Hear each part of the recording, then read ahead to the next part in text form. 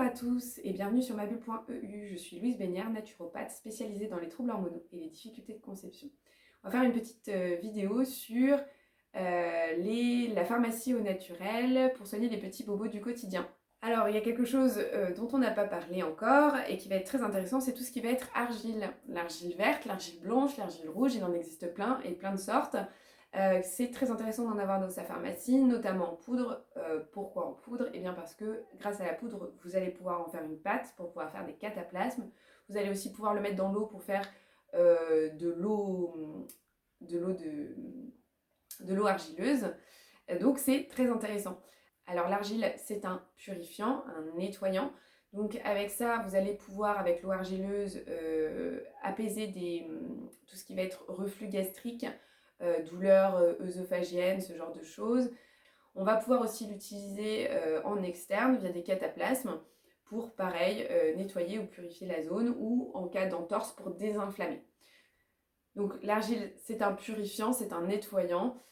Donc c'est très intéressant de l'avoir dans sa pharmacie, à la fois pour une absorption et pour tout ce qui va être local et cutané.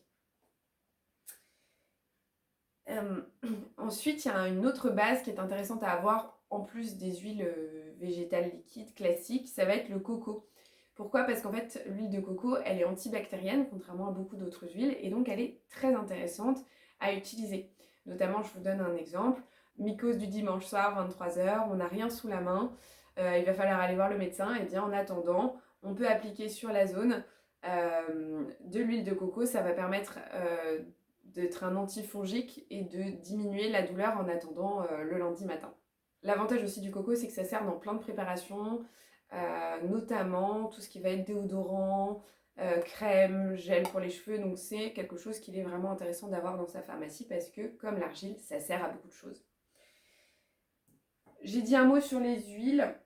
Donc il existe plein d'huiles, donc l'idée c'est d'en avoir pas mal dans votre cuisine et de pouvoir les consommer à la fois en cuisine et puis dans tout ce qui va être pharmacie. Alors les huiles, je le rappelle, ça va servir à nettoyer, à hydrater la peau, donc c'est très intéressant. Ça va permettre les dilutions des huiles essentielles. Et puis ce qui va être utile aussi avec les huiles, c'est tout ce qui va être en absorption, notamment dans le cas de constipation par exemple. Alors, après, dans la même idée, des choses qui servent à tout et qui est intéressant d'avoir dans sa pharmacie au naturel, ça va être évidemment le miel. Le miel, c'est un cicatrisant cutané très intéressant pour les plaies superficielles.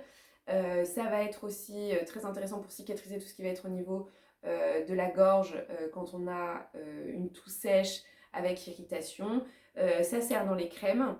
Ça sert aussi pour apporter un petit peu d'énergie pour les états de faiblesse suite par exemple à une grippe ou quelque chose dans ce goût-là. Le fait d'avoir du miel, ça va permettre d'apporter du sucre et pas mal de nutriments, de micronutriments importants. Donc du miel, toujours chez soi, dans sa pharmacie. Le dernier point des choses qui servent un petit peu à tout, eh bien, ça va être tout ce qui va être vitamine C. Alors pareil, la vitamine C, ça va servir dans les cas de faiblesse physique, morale, de grosse fatigue. On peut utiliser de la vitamine C en respectant les doses journalières conseillées, éventuellement en allant un peu au-delà dans certains cas spécifiques. Donc vitamine C, ça sert à se prémunir contre certaines maladies et puis ça va servir aussi d'un point de vue curatif à accompagner lorsqu'on est malade. Donc de la vitamine C, il faut en avoir sur soi parce que c'est pas quand on est raplapla qu'on a la motivation pour aller faire le détour à la pharmacie. Donc dans les petites choses qui servent à tout et dans les bobos, il y en avait deux autres et deux derniers que je voulais mentionner. Il va y avoir l'avoine et le gros sel. Alors l'avoine, ça va servir à apaiser les troubles cutanés notamment quand il y a eu des frottements, des irritations. Donc dans un bain, on met les flocons d'avoine, on ferme dans une chaussette et on fait tremper dans le bain. Ça fait un lait d'avoine et c'est très bon pour la peau.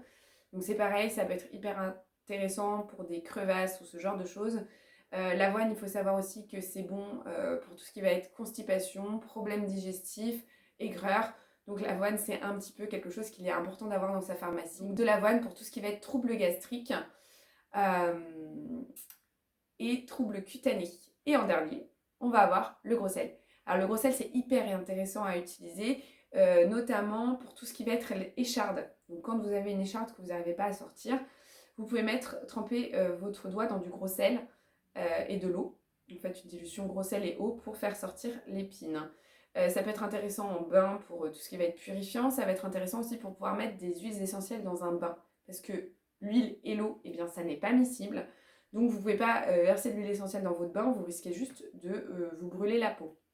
Donc ce que vous faites, c'est que vous mettez vos huiles essentielles sur les grains de gros sel, vous les roulez dans votre pain pour qu'ils soient bien imbibés et vous mettez ça dans l'eau pour que le sel et l'eau et les huiles puissent faire quelque chose d'homogène et qu'on puisse faire un bain aux huiles essentielles.